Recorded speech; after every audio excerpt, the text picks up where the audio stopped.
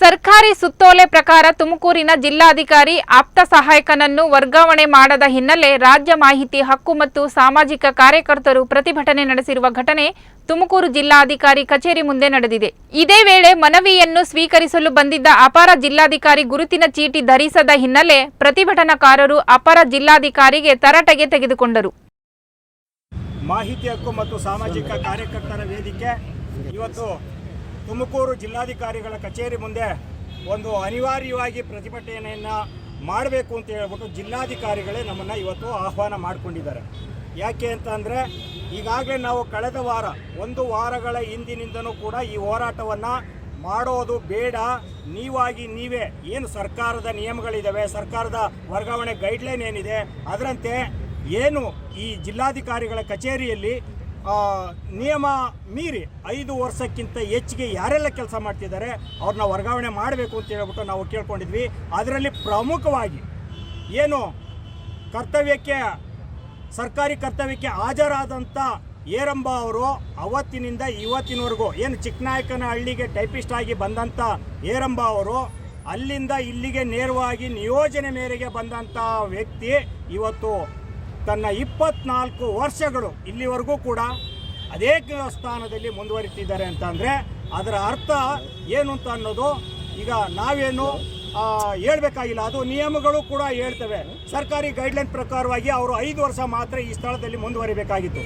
ಆದರೆ 24 ವರ್ಷದಿಂದ ಯಾವ ರೀತಿಯಲ್ಲಿ ಅವರು ಕರ್ತವ್ಯ ನಿರ್ವಹಿಸ್ತಿದ್ದಾರೆ ಅಂತಂದರೆ ಬಂದಂತಹ ಜಿಲ್ಲಾಧಿಕಾರಿಗಳು ಏನು IAS ಆಫೀಸರ್ಗಳು ಏನಿದ್ದಾರೆ ಅವ್ರೇನು ಎಲ್ಲ ಸ್ಟಡಿ ಮಾಡಿ ಇವತ್ತು IAS ಓದೋದು ಅಷ್ಟು ಸುಲಭವಾದಂಥ ಕೆಲಸ ಅಲ್ಲ.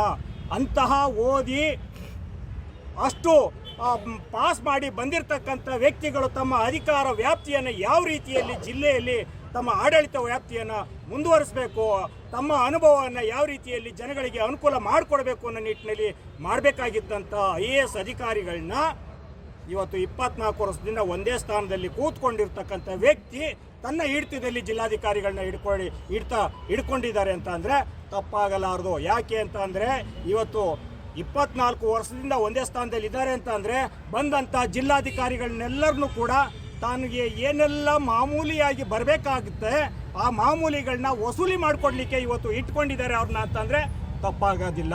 ಹಾಗಾಗಿ ನಾನು ಅವ್ರನ್ನ ಕೇಳ್ಕೊಡ್ತೀನಿ, ಇಲ್ಲಿ ವಸೂಲಿ ಮಾಡೋದಕ್ಕೆ ಒಬ್ಬರನ್ನ ಇಟ್ಕೊಳ್ಳೋದಾದರೆ ಪರ್ಮನೆಂಟಾಗಿ ಜಿಲ್ಲಾಧಿಕಾರಿಗಳನ್ನು ಕೂಡ ಯಾವುದೇ ಕಾರಣಕ್ಕೂ ವರ್ಗಾವಣೆ ಮಾಡೋದು ಬೇಡ. ಏನು 1 ವರ್ಷಕ್ಕೆ 2 ವರ್ಷಕ್ಕೆ ಬದಲಾವಣೆಗಳು ಮಾಡ್ತಾ ಇದ್ದೀರಿ, ಅವ್ರು ಯಾರನ್ನೂ ಬದಲಾವಣೆ ಮಾಡೋದು ಬೇಡ.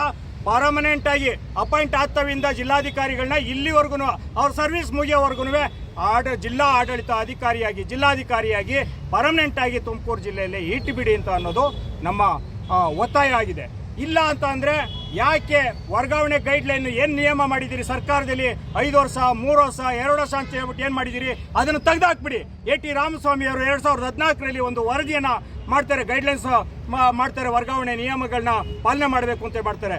ಆದರೆ ಯಾರಿಗೆ ವರ್ಗಾವಣೆ ನಿಯಮ ಆಗಿದೆ, ಯಾರೋ ಅಮಾಯಕರುಗಳನ್ನ ಪ್ರಾಮಾಣಿಕವಾಗಿ ಕೆಲಸ ಮಾಡ್ತಕ್ಕಂಥ ಅಧಿಕಾರಿಗಳನ್ನ ಇವತ್ತು ಒಂದು ಕಡೆ ಇರಲಿಕ್ಕೆ ಬಿಡ್ತಾ ಇಲ್ಲ. ಅವ್ರನ್ನ ಎತ್ತಂಗಡಿ ಮಾಡುವಂಥ ಕೆಲಸಗಳು ನಿರಂತರವಾಗಿ ನಡೀತಾ ಇದ್ದಾವೆ.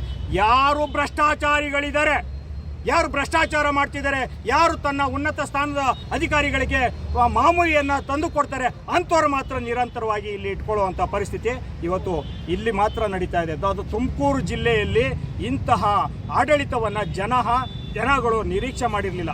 ಆದರೆ ಆ ಜನತೆಗೆ IAS ಅಧಿಕಾರದ ವ್ಯಾಪ್ತಿ ಏನಿದೆ, ಅವರ ಅಧಿಕಾರ ಅನುಭವ ಏನಿದೆ ಅದನ್ನು ಈ ಜಿಲ್ಲೆಯಲ್ಲಿ ಯಾರೂ ಕೂಡ ಜಿಲ್ಲಾಧಿಕಾರಿಗಳ ಅಧಿಕಾರವನ್ನು ಇವತ್ತು ಕಾಣಕ್ಕೆ ಆಗ್ತಿಲ್ಲ ಅಂತ